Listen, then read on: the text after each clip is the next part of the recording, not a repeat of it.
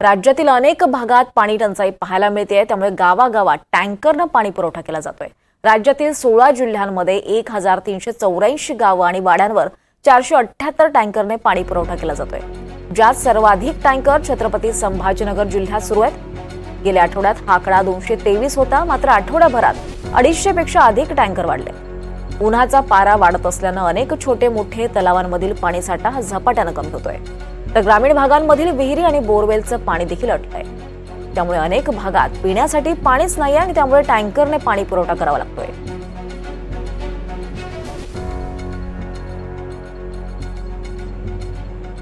तर कुठल्या गावात किती टँकरद्वारे पाणी पुरवठा होतो आपण पाहूयात। ठाण्यात 36, रायगडमध्ये 21 तर पालघरमध्ये 17 टँकरने पाणी पुरवठा होतो।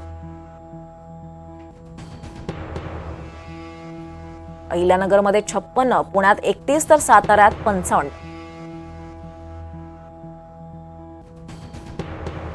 सांगलीमध्ये 2, सोलापूरमध्ये 5 आणि संभाजीनगरमधून 135 टँकरद्वारे पाणी पुरवठा होतो। तर जालन्यात 46, नांदेडमध्ये 2 आणि अमरावतीत 12। वाशिममध्ये 1, बुलढाण्यात 28 तर यवतमाळमध्ये 8 टँकरद्वारे पाणी पुरवठा होतो।